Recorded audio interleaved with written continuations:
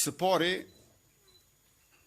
para këtij dekreti si lëndë në gjykatën kushtetuese, është një lëndë tjetër për mos pjesëmarrjen në seancë plenare e deputetëve të opozitës. Ne ishim 6-6 në sallë, që do të thotë se aty i bie edhe 54 mungonin. Këta 54 e kanë shkel kushtetutën për shkak se nuk kanë lajmëruar pse po mungojnë. Minimalisht kanë mundur të thonë për arsye politike. Ose nuk na pëlqen kandidati.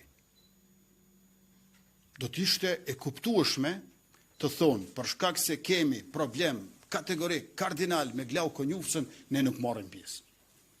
S'paku ta epshin një farë arsyetimi politik, madje edhe me primesa personale, s'ka kur problemi.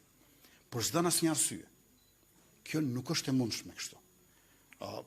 Shteti, institucionet megjithatë ndërtohen në mirëbesim. Dhe kjo nuk është e mundshme kur ti ndjehesh që nuk ke nevojë të arsyetohesh apo të justifikohesh për mos kryerjen e detyrës. Tashmë je jashtë sistemit. Kuptimi i koherencës së sistemit është që ti ndjehesh i obliguar të shpjegohesh, të përshkruash gjendjen tënde, të mundësisë ose të pamundësisë. Mirë po, të ndjehesh se nuk ke nevojë të arsyetohesh për mungesë, tashmë je jashtë. Pra, në këtë kuptim, unë besoj që para lëndës së dekretit është një lëndë tjetër e cila është dërguar mbrëm. Dhe është konfirmuar nga gjykata kushtetuese që ajo është pranuar. Tash,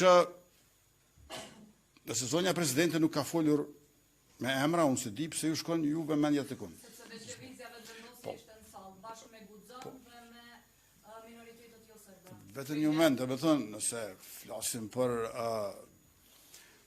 shtypje të përgjithshme, ajo është një gjë, por nëse flasim për njerëz të përveçëm, unë nuk e di që jemi përmendur aty, nëse ju keni të drejtë, sërish unë besoj që përgjigjen duhet ta kërkoni tek ata që e thanë, jo tek hamendësimi se kush mund të jenë ata. Dhe krejt në fund, unë besoj që të papërgjegjshëm mbrëm kanë qenë ata që kanë munguar. Papërgjegjësi është të mos zhvesh në seancë dhe ta kryesh obligimin kushtetues të pjesëmarrjes në votim për zgjedhjen e presidentit.